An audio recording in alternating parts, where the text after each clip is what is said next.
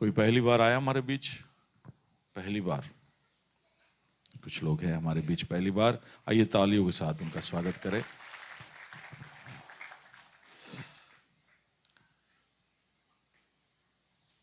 धन्यवाद, आप आए। हमारे वॉलंटियर्स आपको एक वेलकम कार्ड देंगे आखिर में, आप जरूर उसको भरकर हमें देना, हम आपके साथ संपर्क में रहना चाहेंगे। ओके, कोई बहुत समय के बाद आया है? Steve. Hello, Steve. Good to see you. Okay. प्रभु के वचन की ओर जाए। जैसे हमको पता है और गीतकारों ने भी याद कराया, आराधना टीम ने भी याद कराया, क्रिसमस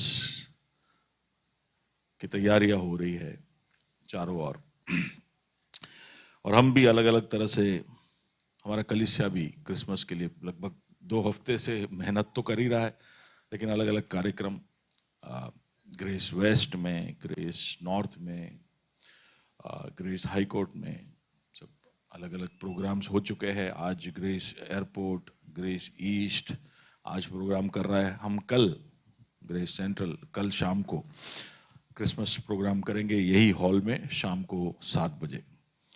और उसके लिए हमारे टीम्स बहुत मेहनत कर रहे हैं, जिन्होंने भी उसमें सहयोग दिया उसके पीछे मेहनत कर रहे हैं, उन सबको मैं धन्यवाद देना चाहता हूँ। खासकर क्रिसमस जॉय मील जो हमने प्रोग्राम रखा था, उसमें जितने ने भी सहकार किया है और मेहनत किया है, उन सबको एक और बार मैं प्रभु के नाम में धन्यवाद देना चाहता हूँ। आइए संदेश की ओर बढ़ते, उसके पहले बाइबल आए है तो उठाए हम ऐलान करें। ये मेरा बाइबल है, ये प्रभु का प्रेरित वचन है, ये जीवित है।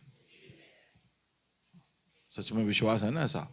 तो ये जीवित है, ये प्रबल है, ये चोखे धार से काटता है, ये गहराई तक छेदता है, मेरे भावनाओं को परखता है, मेरे विचारों को जांचता है। ये उपदेश के लिए, समझाने के लिए, सुधारने के लिए, शिक्षा के लिए लाभदायक है। ये मेरे वार का हथियार है, मेरे बचाव का रहस्य है, मेरे पांव के लिए दीपक है, मेरी राह के लिए उजियाला है। इसने दिखाया मैं क्या था, ये याद कराता है मैं क्या हूं, ये बताता है कि मैं क्या बनूंगा। मैं इसकी ताजगी के लिए तत्पर हूं, इसके छुटकारे के लिए बेताब हूं, इसे सुनने के लिए तैयार हूं। हमारा खुदाबंद हमेशा हमेशा हमेशा हमेशा महिमा पाए, फजल और इत्मीनान हम पाए। आमीन आमीन। क्रिसमस जब पहली बार हुआ था तभी भी एक बहुत ही अभूतपूर्व और अनोखा और अद्भुत घटना इतिहास में थी। उस समय के लिए भी, उस समय के लोगों के लिए भी एक अद्भुत घटना थी। उस समय के राजा जो थे, जब यीशु नाम या यीशु बालक पैदा हुआ कर जब उसको पता चला तो पूरी तरह से हिल गया, क्योंकि उस जिस तरह से उसको खबर मिली उसमें वो पूरी तरह से बौखला गया, क्योंकि उसको ये बताया गया था कि एक राजा इजराइल में पैदा हुआ है। राजकुमार नहीं, पैदा कौन होता है? राजकुमार होता है, लेकिन उसको इस तरह से बताया गया कि एक राजा पैदा हुआ है। और उस समय का जो राजा था हेरोद, वो इतना डर गया और जिस तरह से उसने प्रतिक्रिया दिखाई, उससे हमें समझ में आता है कि किस हद तक वो घबरा गया था कि एक बच्चा जो उसकी जगह ले सकता है पैदा हो चुका है, और जिसको पहले से ही राजा के ओहदे से अलंकृत किया गया है। तो उसने 2 साल से नीचे जितने भी बच्चे थे सबका कत्ल करवा दिया। उस समय के पंडित शास्त्री वो भी बिल्कुल हिल से गए जब उन्हें पता चला कि ऐसा एक बच्चा इज़राइल में पैदा हुआ है। आप लूका रचित सुसमाचार में जब पढ़ेंगे बाइबल के अंदर, यीशु मसीह के बारे में हम 4 अलग अलग किताबों से समझते हैं। जैसे बाइबल 66 पुस्तकों का एक मिलन है। उसमें 4 पुस्तक है, मत्ती, मरकुस, लूका और यूहन्ना, जो यीशु मसीह की कहानियां हैं। लेकिन उसके जन्म के साथ जुड़ी हुई लगभग सारी बातें हमें लूका नाम का जो सुसमाचार है उसमें से पता चलता है। मरकुस ने कुछ नहीं लिखा है, ना यूहन्ना ने लिखा है, थोड़ा बहुत मत्ती ने लिखा है, लेकिन ज्यादातर खबर जो है हमें लूका से मिलती है। और लूका हमें बताता है कि उस समय जब ये घटना घटी थी तो क्या क्या उस समय पर हुआ था। तो उसमें उसने ये भी लिखा कि उस समय के शास्त्री पंडित जो है बिल्कुल हिल से गए।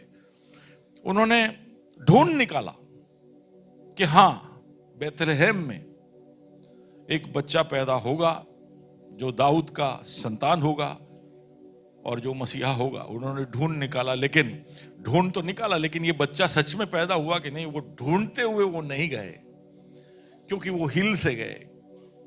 क्योंकि मसीहा उनको बताए बगैर आया है, तो फिर वो लोग क्या कर रहे हैं? आपको समझ में आया? वो बड़े परमेश्वर के प्रतिनिधि होकर यरूशलेम में सालों से, सदियों से सेवा कर रहे हैं। परमेश्वर लोगों से क्या कहना चाहता है, लोग परमेश्वर से क्या कहना चाहते हैं, उसकी बिचवाई कर कर सदियों से ये पुरोहित गण, ये शास्त्री पंडित सब यरूशलेम में बैठकर सत्ता चला रहे हैं। लेकिन परमेश्वर जब अपने मसीहा को भेजता है तो उनको बाईपास कर देता है, उनको खबर भी नहीं लगती। तो वो हिल जाते हैं, और इतने हद तक हिल जाते हैं कि उस बच्चे को ढूंढते हुए वो निकलते ही नहीं। हमें कहीं भी नहीं पता चलता है कि वो ढूंढते हुए आए। लेकिन हमें पता है कि पूर्व से कुछ ज्ञानी लोग आए। लूका बताता है कि 3 तरह के तोहफे लेकर आए। तो इसलिए हम अनुमान लगाते हैं कि कम से कम 3 राजा आए, 3 अलग अलग तोहफों को लेकर। और उन 3 तोहफों के द्वारा उन्होंने इस नवजात शिशु को 3 अलग अलग पदवियों से अलंकृत किया। उसको सोना देकर उसको राजा बुलाया, उसको लोबान देकर उसको एक पुरोहित कर कर ऐलान किया, और तीसरा क्या था? गंधरस। ओके, गंधरस से पुरोहित। गंधरस इज मर, राइट? ओके। और गंधरस से उसको मसीहा का जो टाइटल है वो दिया। पूर्व से अनुमान लगाया जाता है 5-6 महीने की यात्रा कर कर वो वहां पहुंचे थे। यानी यीशु के पैदा होने के कितने महीनों पहले वो निकल चुके थे, क्योंकि आसमान में वो ऐसे कहते हैं कि हमने उसका तारा देखा। वी सॉ हिज स्टार, कोई स्टार नहीं, उसका तारा देखा। यानी ये ऐसे लोग थे जो तारों को देखकर उसका स्टडी करते थे। अचानक से उनको एक दिन एक नया तारा दिखा, और उस तारे को देखकर वो समझ गए कि कुछ अद्भुत इस पृथ्वी पर घटने वाली है।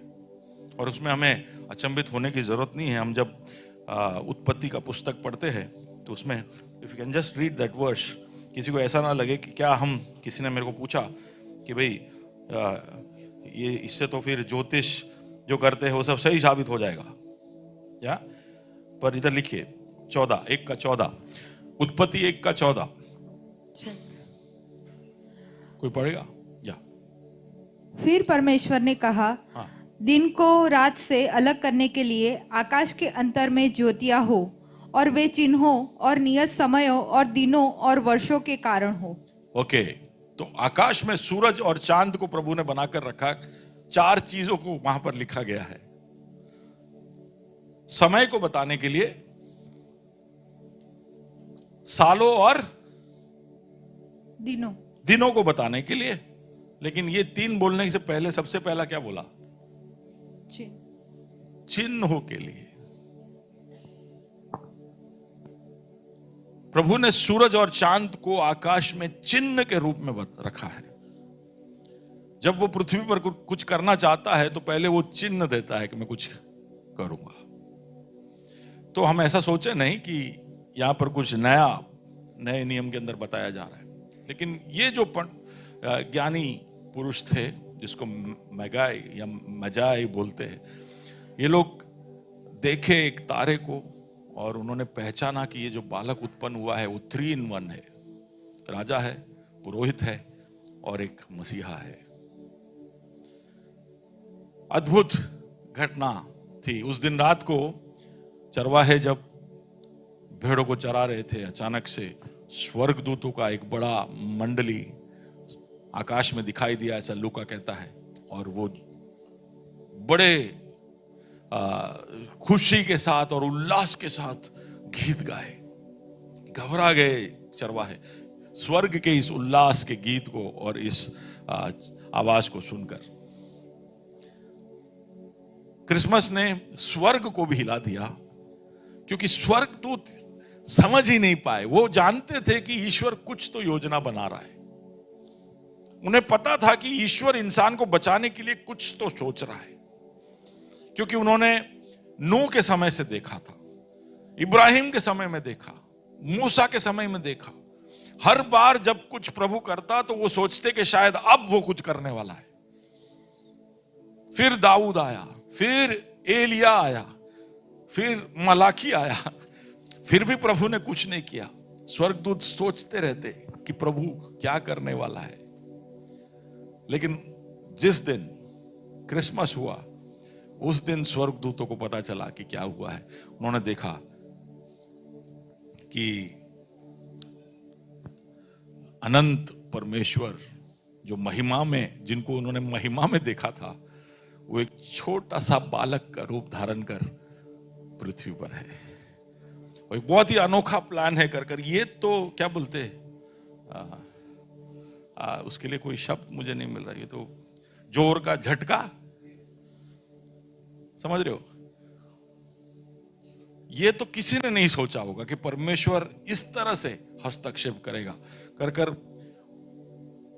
उसकी शायद दीनता को देखकर, उसकी योजना को समझकर, परमेश्वर को उस रूप में देखकर जिसके सामने वो हमेशा मुंह ढककर बैठे रहते थे। परमेश्वर को वो देख नहीं पाते थे, क्योंकि उसकी महिमा को देख नहीं पाते थे। तो अपने पंखों से परमेश्वर के सामने ऐसे जाते थे, अपने आप को ढक कर। और अचानक से एक छोटे नन्हे बालक के रूप में देखो, जिसको देखकर हमारे में से जो सबसे कठोर आदमी भी है, एक बच्चे को देखता है तो पिघल जाता है। हेलो, वो अपने बीवी के साथ कैसे भी बात करता होगा, लेकिन वो छोटा बच्चे को देखेगा तो उसके मन में ऐसा हो जाएगा। उसका भाषा थोड़ा ऐसा ट्विस्ट हो जाता है। वो बच्चों का है ही ऐसा एक रूप, और स्वर्ग रोक नहीं पाया उस खुशी को। तो ये सब हो रहा है। चरवाहे जब ये सुनते हैं कि एक मसीहा उनके उस प्रदेश में, साधारण से दिखने वाले उनके उस प्रदेश में पैदा हुआ है, तो वो भी समझ नहीं पाए कि हमारे साधारण गांव में इतना अद्भुत काम कैसे हो सकता है। हमारे साधारण गांव परमेश्वर के प्लान में कैसा आ सकता है। जो हमारा हर बार प्रतिक्रिया होता है कि हमारे साधारण जीवन में प्रभु को क्या रुचि होगी। उन्होंने कभी अपेक्षा नहीं रखा होगा। सदियों से वो बेथलेहम के अलग अलग पहाड़ियों में आते, भेड़ों को लेकर आते, कुछ अलग कभी नहीं हुआ। लेकिन उस दिन हुआ। वो बड़े विनम्र होकर उस बच्चे के सामने आकर उसका आराधना करते हैं। अलग अलग प्रतिक्रियाएं हम वहां पर देख रहे हैं। आज भी क्रिसमस एक अद्भुत दिन है कर हम देख सकते हैं। आज भी संसार में एक अद्भुत दिन है कर जैसे भूमि ने पहले कहा सॉरी, कि सारे पृथ्वी पर एक साथ मनाए जाने वाला एक उत्सव है। बिना कोई भेदभाव के, भाषा के, देश के। आप जापान में जाओ या पेरू में जाओ, आप अलास्का में जाओ या न्यूजीलैंड में जाओ, 25 दिसंबर को सब कोई भी कारण से क्रिसमस को मना रहे होते। पर ये इतना बड़ा पर्व आज पृथ्वी पर बन गया। कुछ क्रिसमस के अंदर के क्राइस्ट को याद करते, कुछ क्रिसमस के द्वारा जो बिजनेस होता है, जो पैसा कमा सकते, उसको याद करते, किए होंगे और करते होंगे। लेकिन ये आज इतना बड़ा एक मामला बन गया है। पर क्रिसमस हमारे लिए बड़ी बात होगी, लेकिन क्रिसमस का कारण जो बनी थी मरियम, उसके लिए आसान नहीं था। तो आज मैं आपका ध्यान क्रिसमस के पहले के जो 9 महीने हैं उसकी ओर लेकर जाना चाहता हूं। हम सबके जीवन में आज यहां पर जो बैठे हैं, ज्यादातर लोगों ने मसीह को अपने जीवन में अपनाया है। हाँ, कहीं ना कहीं, कोई ना कोई समय में मसीह का एक स्पर्श आपके जीवन में हुआ है। कुछ तो मसीह का आपके जीवन में हुआ है, इसलिए आप यहां पर हो। जिन्होंने अपना जीवन मसीह को सौंप दिया है, उनके लिए मैं कहूंगा कि आपके लिए क्रिसमस हो चुका है। आपके जीवन में मसीह पैदा हो चुका है, वो देह धारण कर चुका है, वो आपका देह धारण कर चुका है, आप एक मसीही बन गए हो। लेकिन आप में से कई लोगों के जीवन में शायद वो प्रक्रिया चालू है। अभी क्रिसमस हुआ नहीं है, लेकिन क्रिसमस का अनुभव शुरू हो चुका है, मसीह का स्पर्श आपके जीवन में शुरू हो चुका है। मरियम के लिए भी, हमारे लिए क्रिसमस 25 दिसंबर को है, लेकिन दुनिया में मार्च 25 डे ऑफ एनंसिएशन, यानी कि उस दिन जब मरियम गर्भवती हुई थी उसको मनाते। हम उसको अहमियत नहीं देते हैं, लेकिन उस दिन से उसके लिए क्रिसमस के तरफ की यात्रा शुरू हो गई थी। समझ पा रहे हो मेरी बात को? ओके, तो हम केवल अब एक यात्रा पे निकल पड़ेंगे, ये समझने के लिए कि क्रिसमस बड़ा अद्भुत घटना है, बड़ा सबको हिला दिया, राजाओं को हिला दिया, पंडितों को हिला दिया, स्वर्ग को हिला दिया, लोगों को हिला दिया, सबको हिला दिया। लेकिन ये सबको हिलाने से पहले मरियम के जीवन को बदला था। और उस क्रिसमस तक पहुंचने से पहले उसके साथ क्या क्या हुआ, उसकी ओर हम थोड़ा गौर करेंगे। हम उसमें से कुछ सीख लेना चाहेंगे कि किस तरह से कि क्रिसमस हम तक पहुंचा, यह हमारे लिए संभव हुआ। ओके, उसके लिए हम लूका रचित समाचार की ओर बढ़ेंगे। उसका पहला अध्याय, उसका 26, 27 और 28। Can you just read that? 6वें महीने में परमेश्वर की ओर से जिब्राइल स्वर्गदूत गलील के नाजरत नगर में एक कुंवारी के पास भेजा गया, जिसकी मंगनी यूसुफ नामक दाऊद के घराने के एक पुरुष के साथ से हुई थी। उस कुंवारी का नाम मरियम था। स्वर्गदूत ने उसके पास भीतर आकर कहा, आनंद और जय तेरी हो, जिस पर ईश्वर का अनुग्रह हुआ है, प्रभु तेरे साथ है। एक स्वर्गदूत प्रकट हुआ। 21वीं सदी में ऐसी सब बातें करना, लगता है कि ये कौन से जमाने के लोग हैं। हम ऐसा कई बार इस गलत फहमी में रहते, क्योंकि हम सदियों में बहुत आगे निकल गए हैं, तो इसलिए बहुत सारी चीजें अब हमको पहले से ज्यादा पता है। लेकिन अभी भी बहुत सारी चीजों में हम फिर भी बोलते हैं कि हमारे पुरनियों बोलते थे। तो कुछ चीजों में हम बोलते हैं कि वो ज्यादा बुद्धिमान थे, और कुछ चीजों में हम बोलते हैं कि हम ज्यादा, यानी हमको जहां सही लगा वहीं पे हम टीम बदलते। वो पहली बात मैं आपके ध्यान में लाना चाहता हूं। हमको जहां सही लगा वहां पे हम, कुछ बातों में वो सही, कुछ बातों में हम सही। हम तय करेंगे कि कौन सही, पर हमें वास्तविकता को ध्यान में रखकर सारे निर्णय लेने चाहिए। अब यहां जिब्रियल नाम का एक स्वर्गदूत, बाइबल जीवित है, प्रबल है। यह प्रभु के द्वारा दिया गया पुस्तक है। या तो ये पूरी तौर से फरेब और झूठ है, या तो ये सच कह रहा है। जिब्राइल आकर एक कन्या को कहता है कि तूने परमेश्वर की ओर से क्या प्राप्त किया है? अनुग्रह प्राप्त किया है। जोर से बोलिए, क्या क्या प्राप्त किया है? अनुग्रह प्राप्त किया है। उसको एक सुसमाचार सुना रहा है जिब्राइल कि तूने परमेश्वर की ओर से अनुग्रह प्राप्त किया है और तू गर्भवती होने वाली है, तुझे एक बच्चा होने वाला है, तेरे अंदर मसीह पैदा होने वाला है। एक बात जो मैं आप सबके जहन में, आपके ध्यान में लेकर आना चाहता हूं कि आप जहां पर भी अभी बैठे हो और जिस किसी हालत में भी आपको अगर सुसमाचार का इतना सा भी भाग मिला है, कोई ना कोई आकर आपके जीवन में यीशु मसीह का संदेश कोई ना कोई तरह से आपको दे चुका है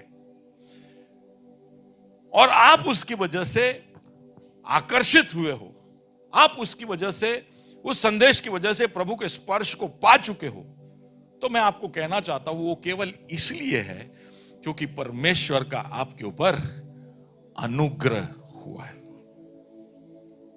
ओके?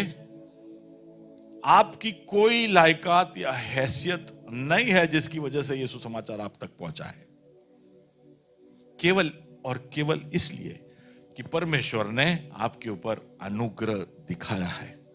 क्योंकि आपसे ज्यादा लायक लोग इस संसार में है, आपसे ज्यादा सुंदर दिखने वाले, आपसे ज्यादा काबिलियत रखने वाले, आपसे ज्यादा पहुंचे हुए, आपसे ज्यादा मेहनत करने वाले,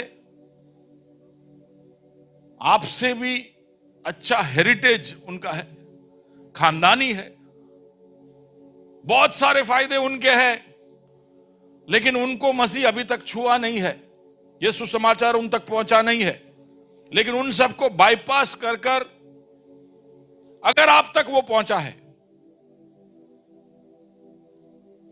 हम चारों ओर देखकर बोलते रहते हैं कि हाँ ये क्या यार, कितना खुश नसीब है, ये कितने बड़ी गाड़ी में जाता है, ये कितना खुश नसीब है, कितने बड़े घर में रहता है। कुछ कुछ फैक्ट्रियों के बाहर मैं जाता हूं तो मैं देखता हूं, अरे बाप रे क्या फैक्ट्री है।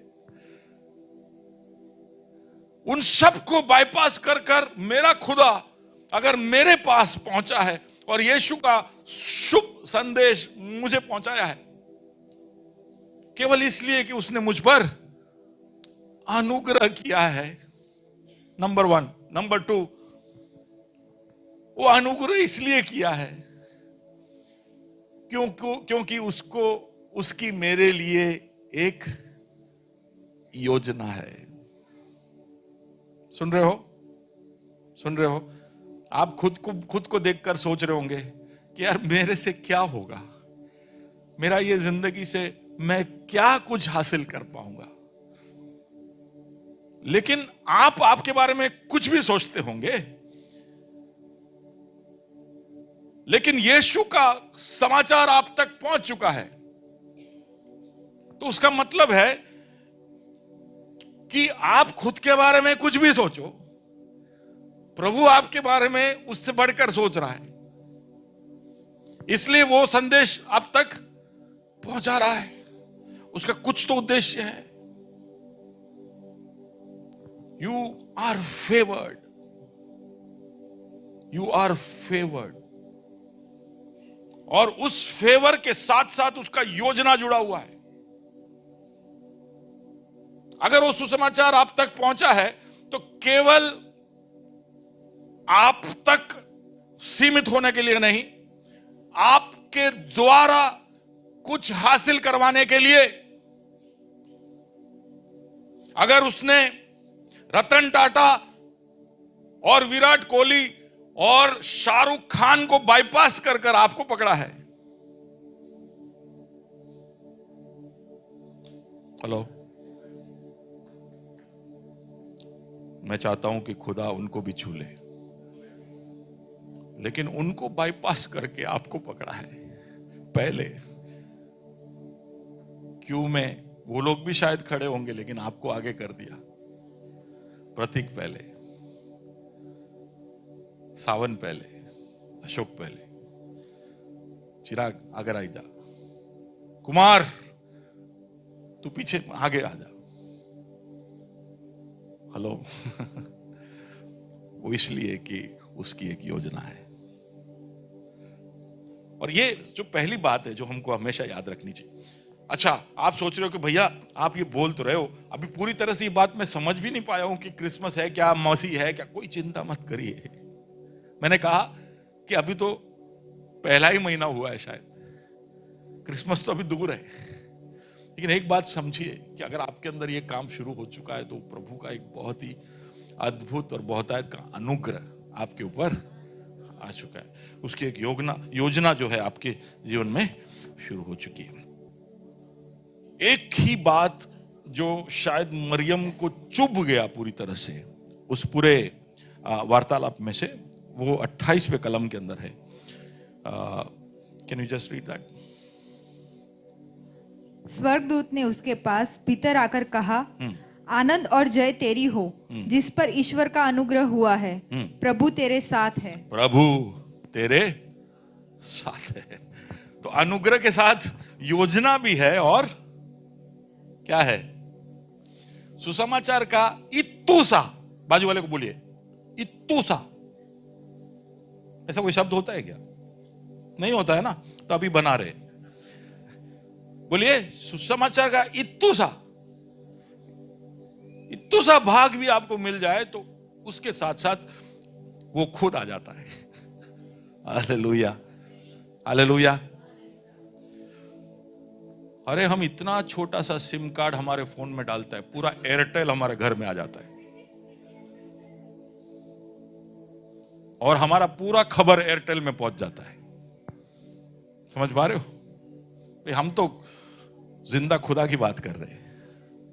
उसका इतना सा भी खबर, समुद्री बहन आपके जीवन में आया ना,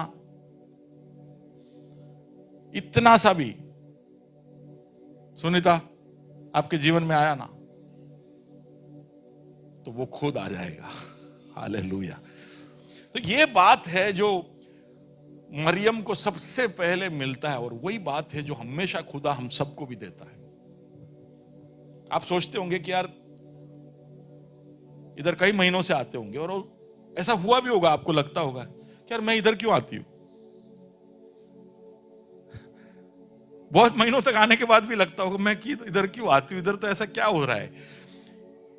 जो हो रहा है ना वो आपके अंदर हो रहा है, और आपके अंदर आपको पता है कि हो रहा है। हमने क्या कुछ किया है, हम तो केवल यहां पर कुछ सुनाते हैं आपको, लेकिन कुछ तो अंदर हो रहा है, कुछ तो बदलाव हो रहा है, कुछ तो ठंडक मिल रही है, कुछ तो बल मिल रहा है, कुछ तो हिम्मत आ रही है, कुछ तो आपके जीवन के हल आपको मिलते जा रहे हैं, कुछ तो अभूतपूर्व, कुछ तो अद्भुत आपके जीवन में हो रहा है। आमेन। क्यों?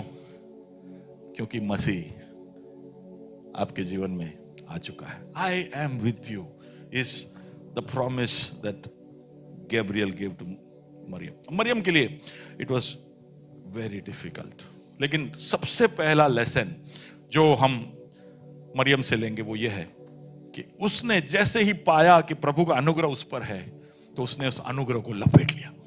She grabbed it, she took it. प्रभु का अनुग्रह मुझ पर है बस, तो उसने उसको रिजेक्ट नहीं किया। प्रभु हमारे सामने जब ऑफर लेके आता है तो कई बार हम बिना सोचे कई बार नकार देते कि क्या देख लेंगे, लेकिन उसने उसको समझा और उसने उसको अपने जीवन का हिस्सा बना लिया। सेकंड लेसन, दूसरा चीज जो हम मरियम से सीखते हैं वो ये है, just go to the put all the points. Yeah. Okay. Can you read 29 onwards? वह उस वचन से बहुत घबरा गई और सोचने लगी कि यह किस प्रकार का अभिवादन है। हाँ, जब उससे कहा गया कि तेरे ऊपर अनुग्रह हो, प्रभु तेरे साथ है, अगर मैं आपको इधर बुला कर कहूं कि आपके ऊपर अनुग्रह, मैं तेरे साथ हूं, चिंता मत कर, तो आपको टेंशन हो जाएगा कि भैया होने क्या वाला है। आप अचानक से मेरे को बुलाकर ऐसा क्यों बोल रहे हो कि मैं तेरे साथ हूं। मैं तो हॉस्पिटल में कोई स्कैनिंग वैनिंग भी नहीं कराया, ऐसा कोई रिपोर्ट भी नहीं आया होगा मेरे बारे में। कोई बड़ा रिपोर्ट आएगा, अगर आपके कोई रिश्तेदार को ऐसा कोई रिपोर्ट आ जाए गलत, तो आप शायद इसी तरह उनको बुलाओगे और कहेंगे हिम्मत राखवानु आप, गम्मे ते थाय, हमें जोड़े छे। उसको ऐसा नहीं बोलेंगे कि रिपोर्ट पॉजिटिव है, हम ऐसा सब बोलेंगे। तो प्रभु कहता है कि हिम्मत रख, अनुग्रह, मैं तेरे साथ हूं। ये घबरा जाती है कि ऐसा तो क्या होने वाला है, लेकिन वो बाद में समझ जाती है कि मैं जो सुन रहा हूं, जो देख रहा हूं, ये इंसान का आवाज नहीं हो सकता। ये इंसान की ओर से आने वाला एक अभिवादन नहीं है।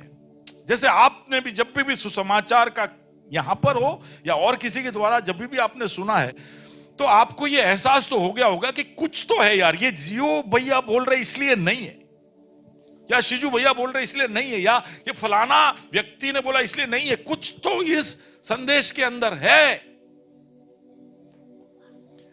हमारा घर में एक लैब्राडोर है, तो जैसे ही मेरा गाड़ी आता है बाहर से, पार्क हो रहा होता है, तो मेरा गाड़ी गेट पे आता है, तब से वो भौंकना शुरू करता है। वो रात के 9 बजे हो या रात के 1:30 बजे हो, उसको समय का क्या पता है। तो कल रात को हम बहुत लेट पहुंचे थे, तो ये तो बोले my master has come, my master has come, ऐसा नहीं था, भाऊ भाऊ भाऊ, पूरा सोसाइटी को जगा रहा है। तो ये मेरी बेटियां सब जल्दी से बाहर निकली, बोले ब्रूनो ब्रूनो ब्रूनो, पर वो अपने आवाज में भौंकते जा रहा है, ये लोग अपनी आवाज करते जा रहे।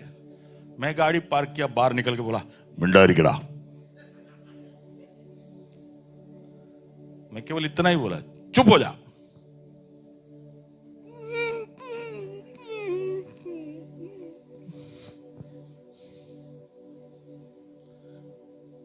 वो मेरा आवाज,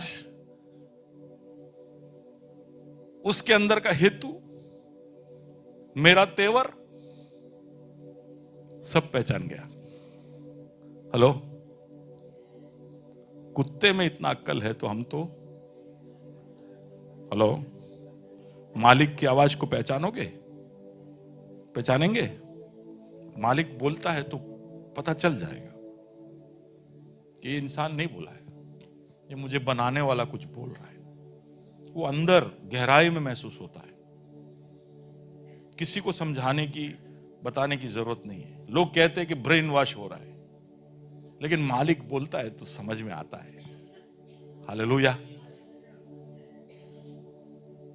मरियम को था कंफ्यूजन, और उसने पूछा, हम जैसे पूछते वैसे, कि कैसे हो सकता है, मैं तो कुंवारी हूं, मैं तो आज तक कोई मर्द के पास तक नहीं गई, तो मैं कैसे गर्भवती हो सकती हूं, कैसे, हाउ कैन इट बी।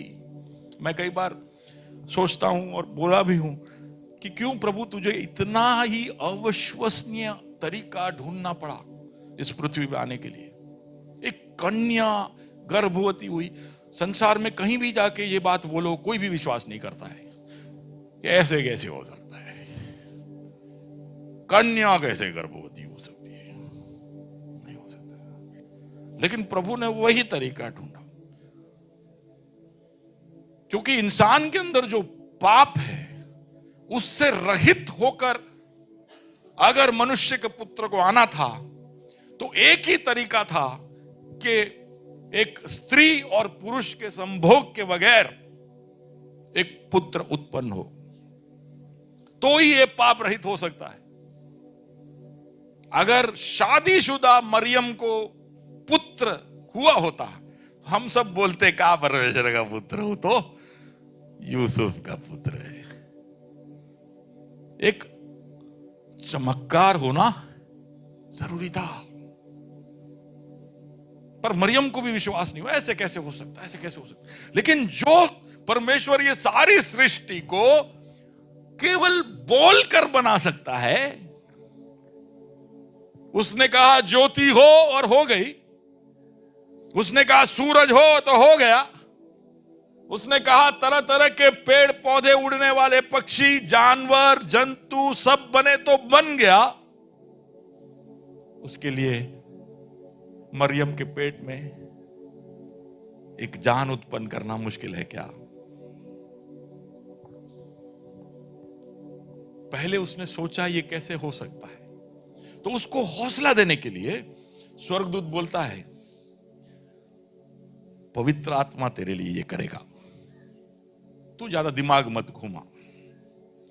हम भी जब मसीह को पाते, उसके सुसमाचार को पाते, उसके अलग अलग पहलुओं को सुनते समझते, हम सोचते कि ये कैसे हो सकता है, मेरे जीवन में ये फलाना फलाना बदलाव कैसे हो सकता है, मेरे समाज में, मेरे परिवार में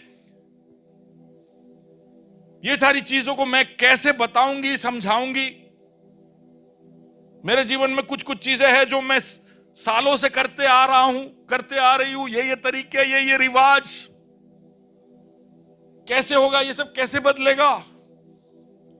कहीं ना कहीं हमको कहना पड़ेगा तूने बुलाया, तू संभाल लेना खुदा, हालेलुया, तूने बुलाया है, संभाल लेना। पवित्र आत्मा वो बात संभाल लेगा। अच्छा, फिर भी कहीं ना कहीं उसके मन में थोड़ा सा संदेह था, तो इसलिए स्वर्गदूत अब उसके हिम्मत को और बढ़ाने के लिए कहता है कि देख, तेरी जो कजिन है ना, तेरी रिश्तेदार एलिजाबेथ, उम्र में बहुत ज्यादा वृद्ध थी, वो उस उम्र के पार जा चुकी थी जब उसको बच्चे हो सकते थे। बोले उसको, वो पेट से है, बोले वो पेट से है, उसका उम्र जा चुका था, लेकिन प्रभु ने वादा किया है और उसके जीवन में एक अद्भुत काम हुआ है। अब तू विश्वास करेगा, कई बार इसलिए हमारे दोस्तों का सुन लेना चाहिए। हेलो, हमारे शुभ चिंतक जो है, हमसे सच में प्रेम जो करते हैं, वो जब हमसे कुछ कहे या उनके जीवन में कुछ हो रहा हो, कई बार हमें समझ में नहीं आता हमारे जीवन में क्या हो रहा है। हमें ऐसा लगता है कि हमारे बारे में हम सब कुछ जानते हैं, लेकिन कई बार हम कैसे दिख रहे हैं वो तक हमको पता। अद्भुत है ना, अद्भुत है ना। हमने वीडियो बनाया, तो वीडियो के अंदर जिसको भी हम दिखाते हैं, वो खुद का जब फेज आता है तो बोलता है मैं ऐसा लगता हूं, मैं ऐसी लगती हूं। अरे भाई, हम हर हफ्ते आपको ऐसे ही सहन करते हैं। आप आपके दिमाग में क्या सोच रहे हो हमको नहीं मालूम। हमारा खुद के बारे में अभिप्राय सब बहुत ऊंचे ऊंचे होते हैं, और इसलिए हम तरह तरह का मेहनत करके तैयार होके पता नहीं क्या क्या लगा के आते लग, और हम सोचते रहते। और कई बार लोग बड़े दिलदार होते हैं, आप पूछते हो कैसी लग रही हूं, क्योंकि अगर इसके अलावा कुछ भी बोला तो फिर 15 मिनट तक ककड़ाहट शुरू। उससे अच्छा है ऐसे ही खड़े रहो। पति लोग सब सुन लो, पत्नी तैयार होने गई तो आप ये पोजीशन पकड़ लेना, फर्स्ट क्लास अच्छे, सुपर अच्छे, समय पे पहुंचने का सबसे अच्छा तरीका। जो लेट आते हैं उनके लिए खास बोलता हूं, सब लोग ऐसे करिए, फर्स्ट क्लास। कई बार हमको खुद के बारे में नहीं पता होता, इसलिए हमारे चहितों से सुन लेना चाहिए, या उनके जीवन में क्या हो रहा है उसके ऊपर थोड़ा सा एतबार कर लेना चाहिए। मरियम को खुद के साथ जो होने वाला है उस पर पूरी तरह से एतबार नहीं हुआ, तो स्वर्गदूत कहता है अच्छा, तुझे तेरे साथ क्या होगा उस पर एतबार नहीं है, तो सुन ले, तेरे कजिन के जीवन में मैं क्या किया है। एलिजाबेथ के साथ ऐसा हुआ है। और वो सुनते ही, एक अद्भुत स्वभाव है इंसान का, जब किसी और के लाइफ में देख लेते हैं ना, तो फिर हमको ये पक्का बात लगता है, यार सही है। इसलिए तो ये सारे एडवर्टाइजमेंट वाले सब ब्रांड एम्बेसडर्स को यूज करते हैं। इसलिए शाहरुख खान बोलता है, भले वो टूथपेस्ट और कोई भी वापरता होगा, बोलता है कोलगेट ही यूज करो। पता नहीं वो कौन सा यूज करता है। आप समझ पा रहे हो? जैसे ही हमने सुना, इसको क्या बोलते हैं, व्हाट इज इट कॉल्ड, हाँ, इन्फ्लुएंसर्स नहीं, वर्ड ऑफ नहीं, जब testimonials, you need testimonials Nikhil? नहीं? अरे मैंने टेस्टिमोनियल दिया तब तो 3-4 साइट खुला आपका, नहीं? अच्छा, ऐसा मत बोलना कि भैया पास्टर आप दो ही मत टेस्टिमोनियल। हम जब बोलते हैं किसी और को कि देखो हमने यूज किया, ये अच्छा है, तो दूसरे को एतबार आता है। कई बार मसीह के बारे में पूरा समझ में नहीं आता है, तो विश्वास रखिए आपके ऊपर, प्यार दिखाने वालों के ऊपर। अगर वो सच में आपकी चिंता करता है, आपके साथ खड़ा रहता है, आपके खुशी में शायद वो शामिल ना हो, लेकिन दुख में अगर वो आकर आपके साथ खड़ा है, ऐसे एक व्यक्ति को आप पूरी तरह से भरोसा कर सकते हो। कि खुशी में शामिल होने वाले बहुत लोग हैं, लेकिन दुख में शामिल होना बहुत मुश्किल है। बहुत ही थकाने वाला एक काम है किसी के दुख में शामिल होना। आप थक जाओगे, ऐसा लगेगा कि सामने वाला आपका पूरा एनर्जी चूस रहा है। पर अगर आप वो कर सकते हो, तो सच में आप किसी को दिल से आप प्यार करते हो। ओके, ये सब जब वो सुन लेती है, तो उसका प्रतिक्रिया क्या है पता है? Verse 38, can you just read that? Mariam ने कहा, देख मैं प्रभु की दासी हूं, मुझे देख मैं प्रभु की। उसको बताया ये गया था कि तू औरतों के अंदर सबसे ज्यादा अनुग्रहित है, you are the most favoured among women. तूने अनुग्रह पाया है, प्रभु तेरे साथ है। इतना सब अगर हमने सुन लिया, तो हमारा प्रतिक्रिया क्या होगा? आप खुद सोचिए। अगर कोई आपको ऐसे बोले कि आप तो आज अलग ही लग रहे हो, आप तो कुछ अलग ही हो, पर उसकी प्रतिक्रिया क्या थी? मैं तो दासी हूं, मैं तेरी दास, मैं तो खुदा की दासी हूं। वो अपने आप को नम्र करती है। उसको समझ में कुछ नहीं आ रहा है, बड़े बड़ी बातें की जा रही है, पवित्र आत्मा तुझ पर हावी होगा, एलिजाबेथ के साथ ऐसे हुआ। अभी भी समझ में नहीं आया प्रक्रिया, लेकिन बोले एक बात समझ में आ गया कि तुझे पता है और तू मेरा भला ही सोचेगा। आमीन। मैं तेरी दासी, जो तू चाहे मेरे साथ कर ले। हेलो, सुन रहे हो? अगर आप उस यात्रा में हो जहां पर पूरी तरह से आप मसीह को जानते नहीं हो, लेकिन कुछ हफ्तों से, कुछ महीनों से आप मसीह के पीछे निकल चुके हो और उसको समझने की कोशिश कर रहे हो, कहीं ना कहीं एक ऐसा मौका आपके जीवन में आपको लाना चाहिए जहां पर आप कहते हो कि समझ में बहुत कुछ नहीं आ रहा है, लेकिन जो भी हो रहा है वो सही हो रहा है, प्रभु ले जा मुझे आगे। और हर यात्रा में ये जरूरी है। आप प्लेन के अंदर बैठकर जब वो एयर होस्टेस समझाती है कि बेल्ट को ऐसे बांधते, अगर ये पानी में डूबे तो ऐसे, ये सब वो लाइफ वेस्ट पहनते, ये सब समझाते, तो ले ये तक तो समझ में आ गया बहन, इधर आइए, आप इधर आइए। ये प्लेन के अंदर कितने इंजन है? 2 इंजन है। 2 इंजन एक साथ स्टार्ट होता है? 2 इंजन साथ में घूमता है? आरपीएम सेम है क्या? ये टेक ऑफ में क्या स्पीड पकड़ेगा? रनवे इतना लंबा है क्या? कौन पूछता है सब? कोई नहीं पूछता है, चुपचाप बैठ जाते हैं। इंडिगो, इतना ही मालूम है। उसके पीछे बोइंग ने या एयर इंडिया ने, सॉरी एयरबस ने क्या मेहनत किया है, क्या इंजीनियरिंग लगाया है। अभी भी नहीं मैंने सोचा था कि 2 इंजन का आरपीएम सेम नहीं होगा तो प्लेन घूम जाएगा। एनीवे, वहां नहीं जाना चाहता। क्या कहता है शिजू, ऐसे ही होगा ना, आरपीएम सेम होना चाहिए। नहीं, अगली बार पूछना पड़ेगा मेरे को। बाजू वाले को बोले ऐसा नहीं पूछते प्लेन में। प्लेन में खाली इतना ही पूछते हैं, पानी कब मिलेगा, खाना कब मिलेगा, कब पहुंचेंगे। हेलो हेलो, प्रभु के बारे में बहुत कुछ समझ में नहीं आ रहा है तो बहुत ज्यादा चिंता करने की जरूरत नहीं है। बाजू वाले को बोलिए पायलट सही है, प्लेन भी सही है। Hallelujah hallelujah. ओके, तीसरा लेसन जो मैं आपके ध्यान में लाना चाहता हूं,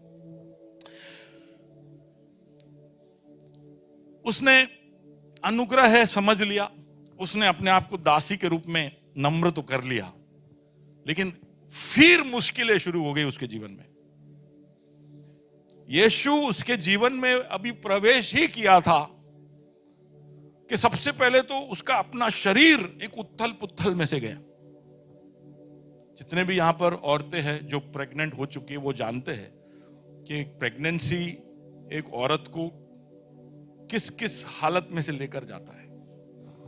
हार्मोनल चेंजेस, उसके वजह से शरीर में जो भी बदलाव, उनके लिए अगला 8-9 महीना और उसके बाद भी चीजें पूरी तरह से हिला देने वाली हो जाती है। तो एक तो उसने अपने व्यक्तिगत जीवन में उथल पुथल होना देखना शुरू कर दिया। अब हो, यीशु को आप आपके जीवन में अपनाओगे दिनेश या रिकी या समीर या चिराग या राम बहादुर, आप जब यीशु को आपके जीवन में अपनाओगे तो सबसे पहले तो आपका व्यक्तिगत जीवन में थोड़ा उथल पुथल शुरू हो जाएगा। वो सृष्टि करता है और राजा को राजा है, वो आपके जीवन में आएगा तो ऐसे सरक के बैठ नहीं जाएगा। समझे? आपने कुछ छोटा सा जगह उसको दे दिया, उसमें थोड़ा एडजस्ट करके पूरा इंडिया कॉम्प्रोमाइज कर रहा है तो राजाओं का राजा भी कॉम्प्रोमाइज कर रहा है। ऐसा he'll come and he'll shake up your life. Okay, he'll shake up your life. आपके सोच को, आपकी प्राथमिकताओं को, आपके पसंद को, आपके स्वभाव को। कितने लोग कहते हैं कि हाँ, वो जब से आया ना तब से बहुत कुछ बदल गया। आमीन।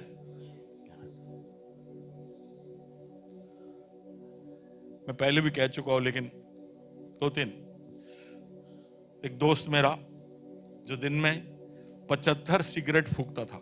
कितने? 7.5 पैकेट सिगरेट फूकता था वो। एक दिन में उसको उतना चाहिए तो ही उसका काम होता था। लेकिन यीशु मिल गया मुझको, यीशु मिल गया। गाइए। और जीवन में सब कुछ मिला, थोड़ा सा जिंग के साथ ना, और जीवन में सब कुछ मिला। यीशु मिल गया मुझको, यीशु मिल गया, यीशु मिल गया मुझको, यीशु मिल गया, और जीवन में सब कुछ मिला, और जीवन में सब कुछ मिला। एक ही दिन में उसने बंद कर दिया सिगरेट। एक ही दिन में। आप सोच के देखिए, अगले दिन फेफड़ा राह देख रहा है, आवाज है, गरम हवा आवा दे, सारा चारकोल आने दे, इतने दिनों से बर्बाद कर रहा है और कर बर्बाद।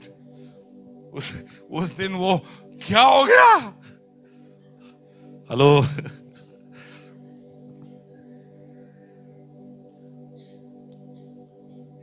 दूसरा एक दोस्त है, ये मैं ग्रेस की कहानियां बता रहा हूं, ठीक है ना? बाद में मेरे को मिलना कौन है मैं बता सकता हूं। तो वो अपने पापा के साथ रोज रात को बैठ के दम मारते थे रोज रात को, पापा और वो। हिम्मत तो देखिए उसका। लोग पापा से छुप के मारते, जो पापा के साथ बैठ गए। लेकिन उसके भी जीवन में यीशु मिल गया, यीशु मिल गया, यीशु मिल गया उसको, यीशु मिल गया और जीवन में सब कुछ मिला। छोड़ दिया उसने भी। बोले अगले दिन, बोले जिस दिन उसने यीशु को सच में अपने जीवन में उसका स्पर्श अनुभव किया, बोले भैया मैं वो बॉटल या उसकी बू भी मुझे लगती है ना, तो बोलता है पहली बार जब मैं मसीह को मेरे जीवन में अपना के मेरे घर पहुंचा और मुझे उसकी बू लगी, तो मैं जाके उल्टी किया। मेरे को अब उसका बू तक, ये कैसे हो सकता है? दूसरा एक भाई है, वो 20 साल से समलैंगिक था। कितने? 20 इयर्स से होमोसेक्सुअल। और उसने हर तरह की कोशिश की इसमें से बाहर निकलने की, आखिर में शादी भी की कि शायद वो परेशानी से निकल जाए। लेकिन कुछ नहीं हुआ। एक दिन वो ग्रेस में आया, फिर अगले हफ्ते वापस आया, क्योंकि उसको विश्वास नहीं हुआ कि उसके जीवन में क्या हुआ है। उसने 1 महीने तक आकर देखा और उसने देखा कि उसके जीवन में कुछ बदल। यीशु मिल गया उसको भी, यीशु मिल गया और जीवन में सब कुछ मिला। कोई मन गठित कहानी नहीं है। मतलब 20 साल से प्रभु जो भैया मैं जो चीज से लड़ रहा था,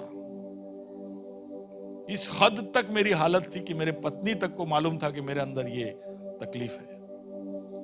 लेकिन यीशु ने, और हम तो हैरान थे क्योंकि ये सब होने के 6 महीने बाद हमको पता चल रहा है। हमको ऐसा नहीं कि पता है कि ऐसा कुछ प्रॉब्लम है। प्रभु उसके जीवन में कार्य करता है। सुसमाचार उसके सामर्थ को लेकर उसके इतना सा ही, बोलिए इत्तू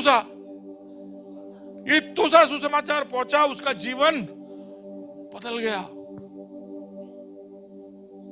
उसके शरीर में उथल पुथल हो गया। लेकिन जब आप प्रभु कौन है समझकर आप कहोगे ना, पूजा प्रभु कौन है समझकर आप कहोगे ना कि प्रभु होने दे जो तू चाहता है, तो थोड़ा उथल पुथल होगा हमारे जीवन में, कुछ चीजें बदलेगी, लेकिन सब भलाई के लिए। आमीन, सब अच्छाई के लिए। अच्छा, दूसरा चीज, वहां पर तकलीफ समाप्त नहीं हुआ। जैसे ही यीशु उसके जीवन में आया, उसका मंगनी टूटने की कगार पर आ गया। यूसुफ नाम के एक जवान के साथ उसकी मंगनी हो चुकी थी।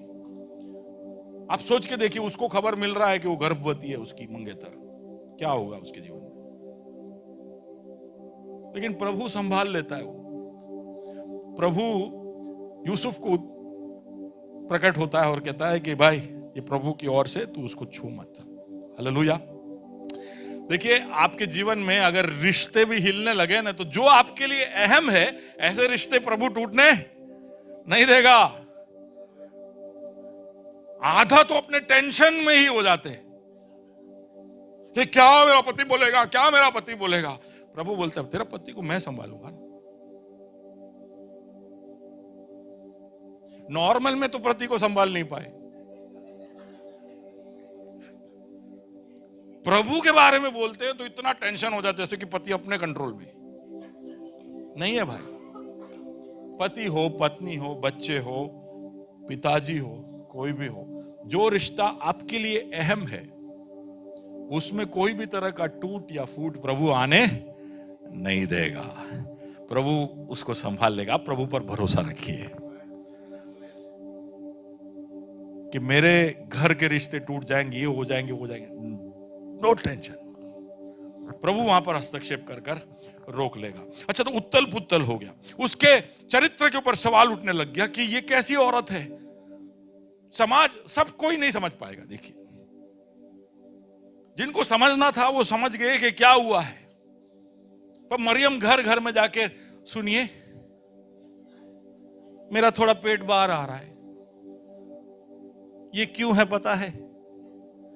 ऐसे समझाने घर घर नहीं गई। सुन रहे हो?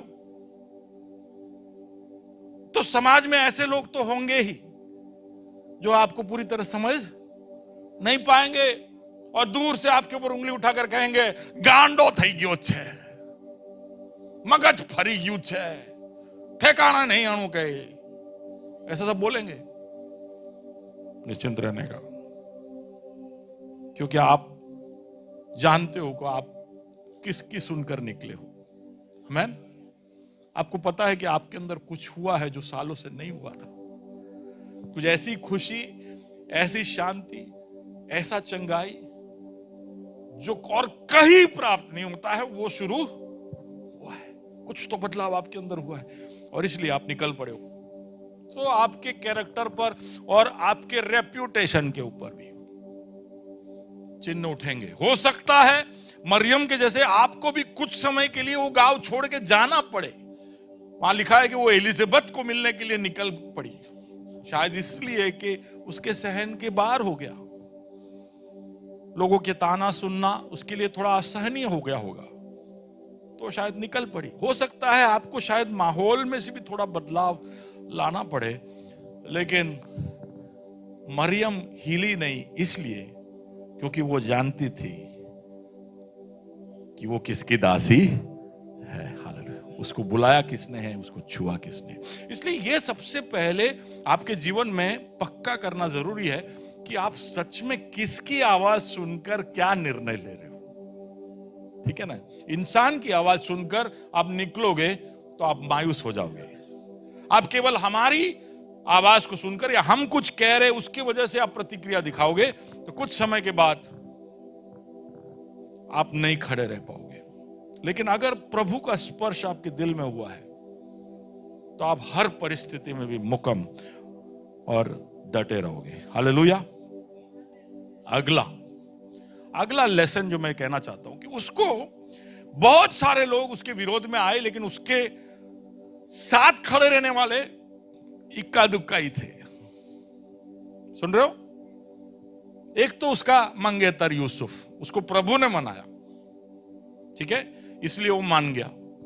आउटसाइड सपोर्ट, बोले वो नहीं, वो अपना कोएलिशन गवर्नमेंट में होता है कि भाई तू सरकार चला, I will support you from outside. ऐसे यूसुफ बोला ठीक है, गर्भवती है, तू टर्म कंप्लीट कर, I will give you outside support. और ऐसा ही था आउटसाइड सपोर्ट, क्योंकि वहां लिखा है कि he did not know her till she gave birth. Okay, which is fine, एक दिखाने के लिए कि तो एक उसको मिला यूसुफ से सपोर्ट, दूसरा सपोर्ट उसको मिला उसकी कजिन एलिजाबेथ। वहां पे उसको बड़ा खुशी के साथ उसका स्वागत किया गया। तो जैसे ही वो पहुंचती है, बोलते है कजिन एलिजाबेथ। तो एलिजाबेथ का जो प्रतिक्रिया है वो बहुत ही खतरनाक था। वो कहती है कि तेरी आवाज सुनकर मेरे पेट का बच्चा उछला। पढ़ के देखना। तेरी आवाज सुनकर मेरे पेट का बच्चा उछला, मैं पहचान गई कि तेरे पेट में जो है वो मेरे प्रभु का इकलौता है। हालेलुया। समझ रहे हो? Elizabeth was the only one. Elizabeth केवल एक ऐसी व्यक्ति मरियम की लाइफ में थी जिसने उसको जैसी वो थी वैसे उसको स्वीकार किया और उसको प्यार किया और उसको इज्जत दी, यूसुफ के अलावा। ओके, बाकी उसके बहुत दोस्त होंगे, बचपन से गिल्ली डंडा घरगत्ता सब खेले होंगे, वो सब छोड़ के उसके ऊपर एतबार नहीं किया, उस पर विश्वास नहीं किया, उसकी कहानी को माना नहीं, उसके रेपुटेशन पे आंच लाने दिया। लेकिन उसके सपोर्ट में केवल एक ही। देखिए, कई बार हम मसीह के पीछे निकल पड़ते हैं ना, तो सपोर्ट करने वाला ज्यादा दिखेंगे, टांग खींचने वाले ज्यादा मिलेंगे,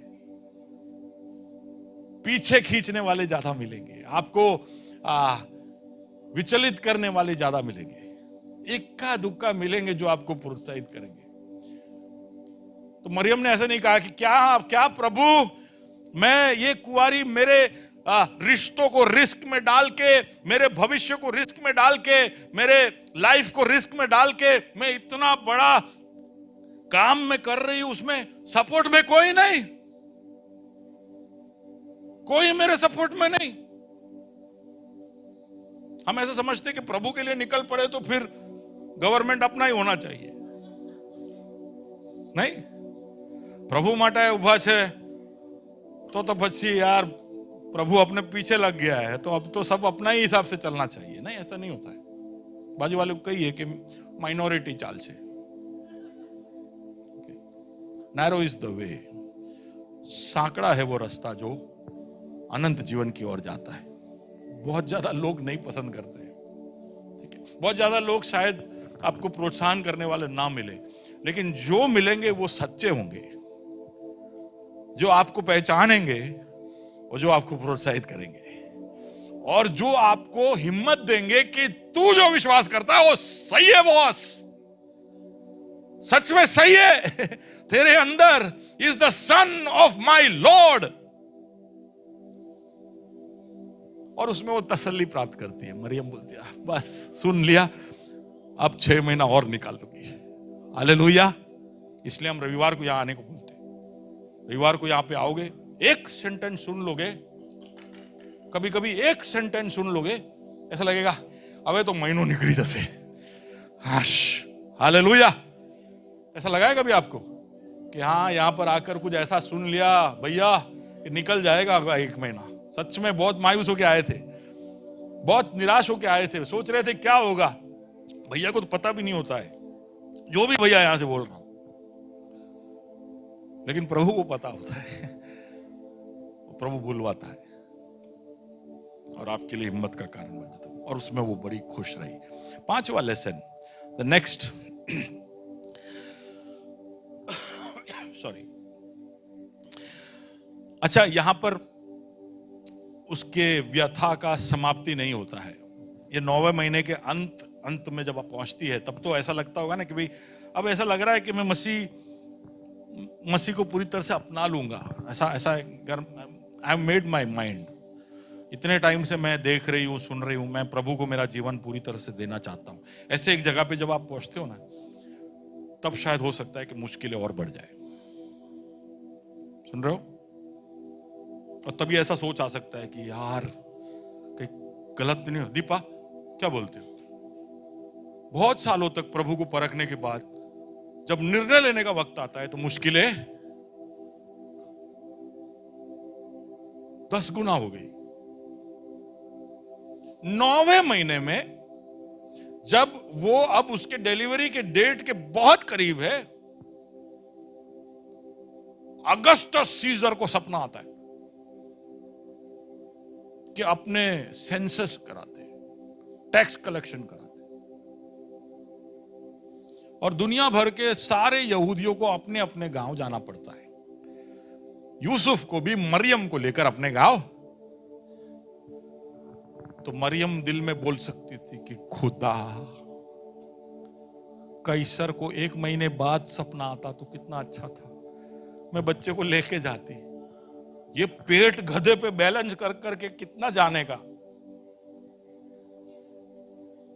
कभी बैठे हो बाइक पे 9वें महीने में? सब मर्द लोग हाँ बोल रहे। क्यों भाई?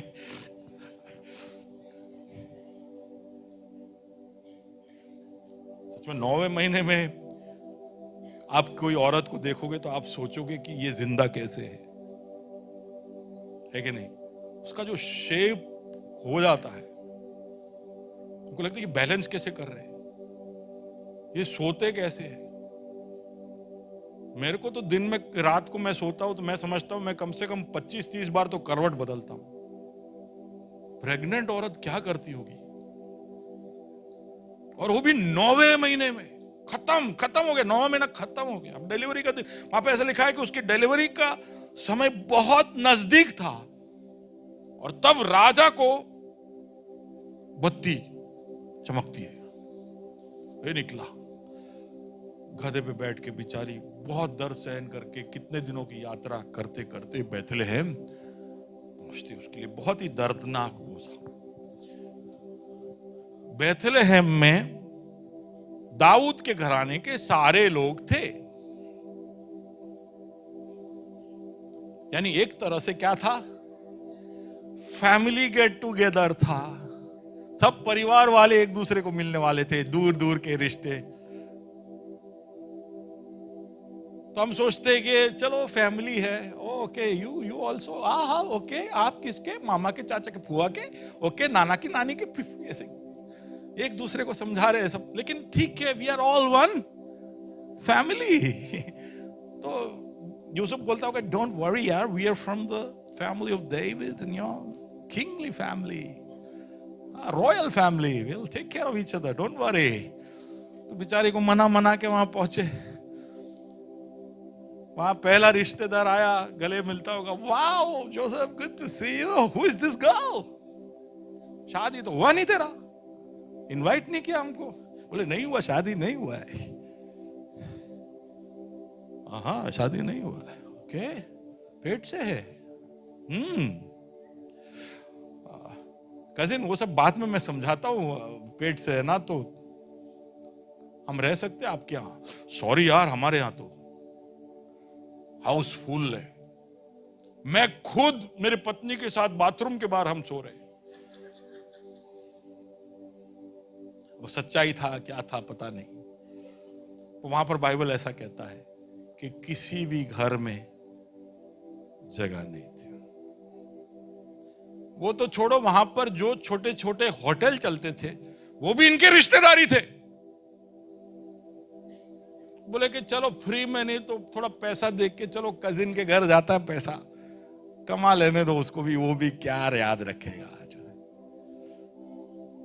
Boss, I am cousin Yusuf, sorry sir, no room. आखिर में एक कजिन मिलता है जो बोलता है थोड़ा जगह है मेरे यहां पर तबेले में, थोड़ा रात को गाय भैंस थोड़ा आवाज करते हैं, और क्या अभी छुट्टियां है ना तो मैंने उनको बराबर खिलाया भी है।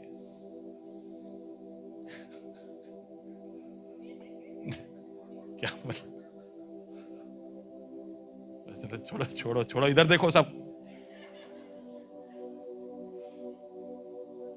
वो सोच रही होगी कि इतना बड़ा रिस्क लेके मैं ये प्रोजेक्ट पे निकली हूं, मेरे को स्वर्ग से कोई सपोर्ट नहीं, फैमिली का सपोर्ट नहीं,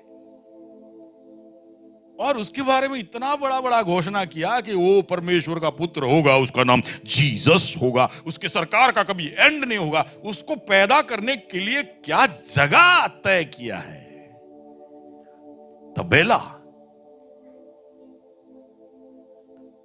what kind of a god, you are not in control, कोई कंट्रोल नहीं है तेरा। अरे राजाओं का राजा है तो महल में जगह बन जाना चाहिए उसके लिए। अब सोचिए, मरियम का दिमाग फट रहा होगा। एक तो यूसुफ और उसके बड़े बड़े घोषणाओं के ऊपर उसकी फट रही होगी कि बोले कि तारा चाचा तारा मामन वार्ताओं बता ही नहीं यहाँ सुधी लायो, हाँ क्या जगह ही नहीं હવે तो। हाँ?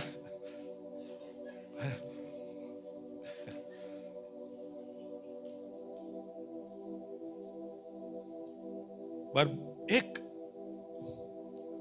मारवाड़ी बोलते हैं ना ऐसा, चू तक नहीं किया उसने, चू तक नहीं किया, एक कंप्लेन नहीं, एक आवाज नहीं, चुपचाप सहन किया।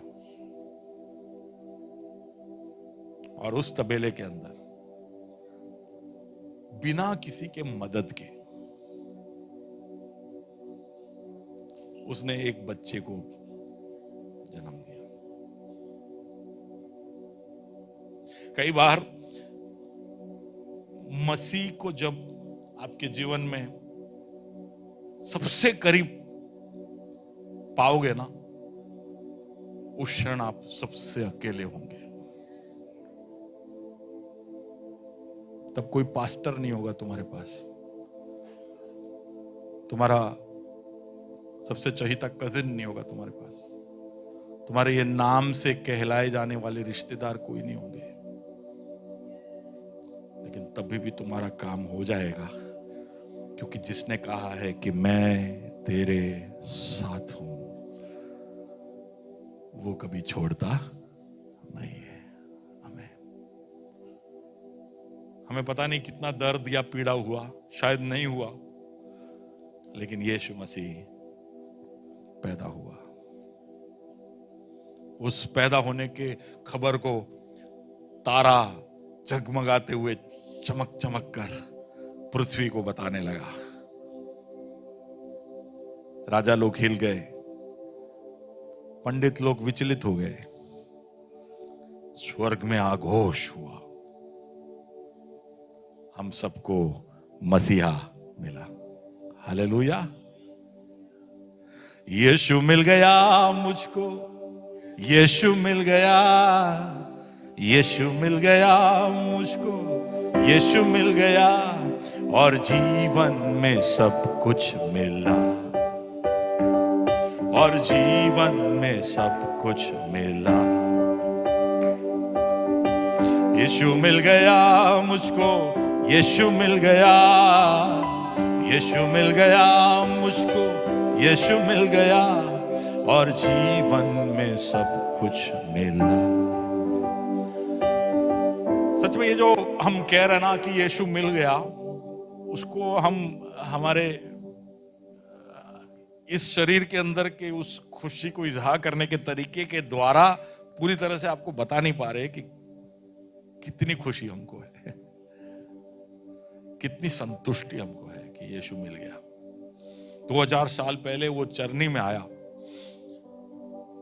लेकिन उसने जो नमूना दिखाया, उसने जो सीख इस संसार को दिए, उसने जो चमत्कार अद्भुत किए, उसने तूफान को रोका, मुर्दों को जिंदा किया, दुष्ट आत्माओं को भगाया, लेकिन ये सबसे बढ़कर क्रूस के उस पीड़ा को सहन करते वक्त सबसे ज्यादा अपने दया और अनुग्रह को दिखाया।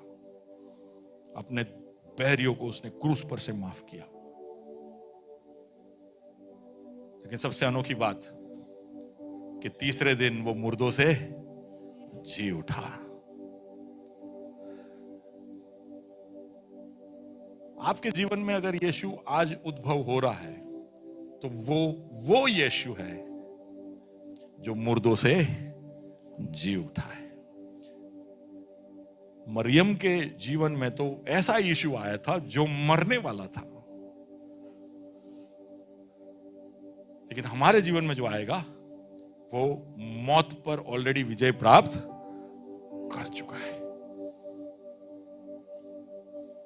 उस यीशु की वजह से जो बदलाव आपके जीवन में आ रहे हैं, उसमें आप हिम्मत मत हारिए, उसमें आप मायूस मत होइए। उसको अपने उस सीमा तक धकेलने के लिए आप परमेश्वर पर भरोसा रखिए। केवल यही बात आज सुबह मैं आपके सामने रखना चाहता था कि क्रिसमस हम मनाते तो बहुत उल्लास से है, लेकिन क्रिसमस तक पहुंचते पहुंचते कभी कभी दम निकल जाता है। आमीन। लेकिन अगर क्रिसमस हो गया, फिर बोलो बात बन गई। आमीन, आमीन। कोई ऐसा है जो मसीह को अपने जीवन में एक नए रूप से अपनाना चाहता है, तो मैं आपको मौका देना चाहता हूं। Can you give me that song above? मैं गाना गाऊंगा, आप उस गाने के बोल के ऊपर गौर करके जो भी आपने संदेश सुना उसके सामने अपने आप को समर्पित कर सकते हैं। सब सामर्थ्य से ऊपर राजाधिराज, सारे सृष्टि के ऊपर सृजनहार। एक और बार, सब सामर्थ्य से ऊपर राजाधिराज, सारे सृष्टि के ऊपर है सिरजनहार, सारे ज्ञान से ऊपर है तेरा ज्ञान। था सृष्टि से पहले विद्यमान, सब राज्यों से ऊपर तेरा तख्तोताज, ख्यालों से ऊपर अजूबों के पार, खजानों से बढ़कर तू है मूल्यवान, तेरी योग्यता है बेबयान।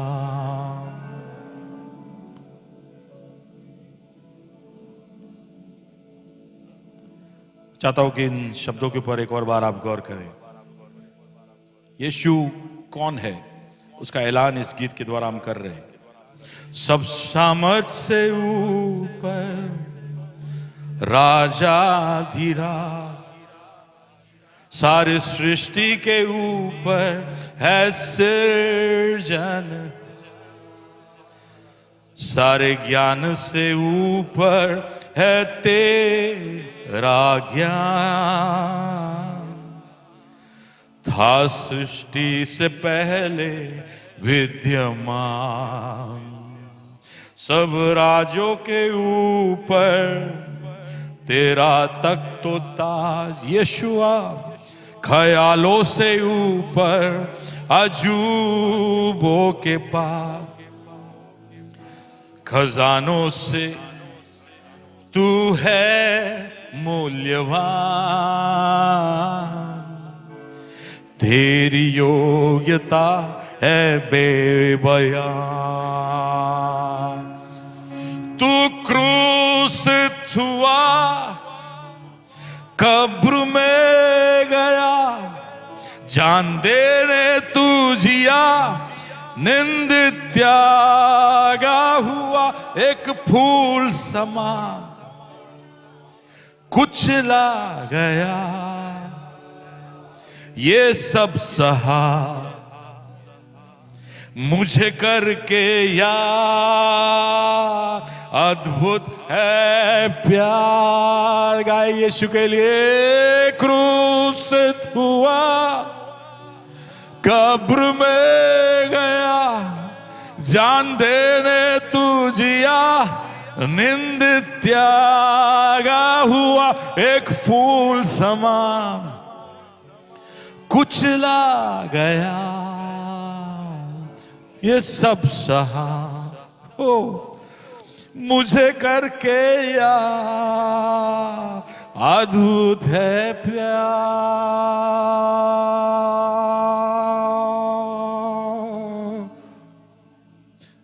एक फूल समान कुचला गया, ये सब सहा मुझे करके यार।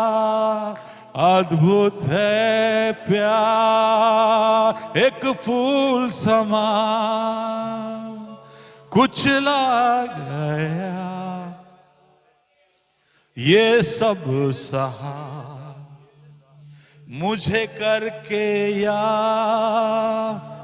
अद्भुत है प्यार, कितना अद्भुत प्यार हमारे सृष्टिकर्ता का।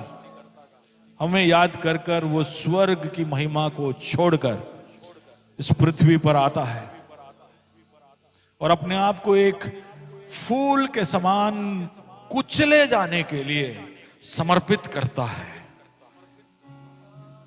उसका कुचला जाना हमारे पापों का दंड, हमारे सोच, हमारे कर्म, हमारे जीवन में हमने जो कुछ भी एकत्रित किया है उसका एक बड़ा ढेर। उस दाम को चुकाने के लिए वो अपना जान देता है, उस निष्कलंक पावन पवित्र लहू को बहाता है ताकि हमारे पाप धुल जाए, और हम उसके जैसे बन जाए।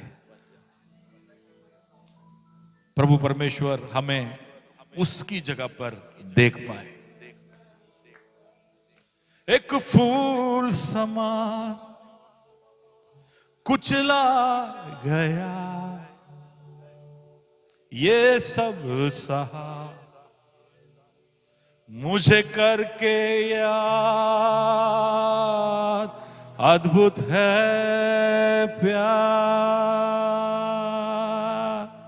जो भी अपना जीवन प्रभु को एक और बार सौंपना चाहते हैं, पहली बार देना चाहते हैं कि प्रभु आज जो कुछ मैंने सुना, बहुत कुछ मुझे समझ में नहीं आया, लेकिन कुछ तो है तेरे इस कहानी के अंदर। तेरे इस पृथ्वी में आने के पीछे कुछ तो हेतु और तात्पर्य है जिसको मेरा छोटा सा दिमाग समझ नहीं पाता है। लेकिन मैं तेरे उपस्थिति को यहां पर अनुभव कर रहा हूं। हे परमेश्वर, तुम मुझे जैसा मैं हूं जानता है। ले ले अपने बाहों में, बदल मेरी जिंदगी को, बदल मेरे सोच को, बदल मेरे परिस्थिति को, बदल तू मुझको। तेरी महिमा हो यो रबाशी हती न कहरे रे यो रबासे हेल्थी की रे ये किरे में नहीं रबासे।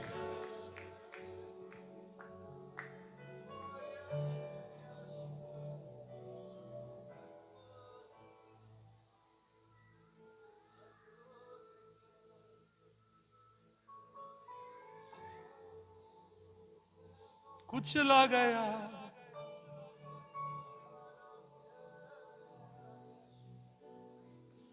प्रभु जी यहां पर आए हुए सबको तेरे हाथों में सौंपता हूं।